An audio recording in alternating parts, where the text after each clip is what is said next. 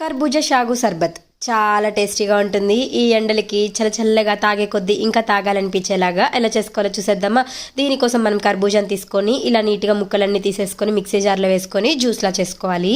ఈ జ్యూస్ని ఒక బౌల్లో వేసేసుకొని ఫ్రిడ్జ్లో పెట్టుకున్నామంటే చల్లగా ఉంటుంది. సర్వ్ చేసేటప్పుడు కూడా ఈజీగా ఉంటుంది. ఇప్పుడు ఒక ప్యాన్ తీసుకొని వాటర్ వేసి నానబెట్టిన సగ్గుబియ్యం వేసి మంచిగా ఉడికించుకోవాలి. అవి బాగా ఉడికిన తర్వాత వేయించి పెట్టుకున్న సేమియా కూడా వేసి మంచిగా ఉడికించుకోవాలి. ఇది బాగా ఉడికి అంత దగ్గర పడుతుంది అన్నప్పుడు పాలు కూడా వేసి ఉడికించుకోవాలి.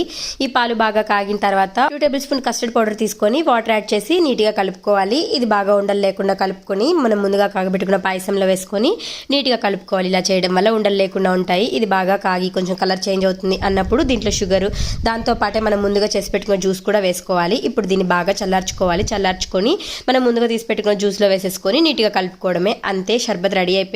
చాలా టేస్టీగా ఉంటుంది. ఈ సమ్మర్లో కూల్గా ఉంటుంది.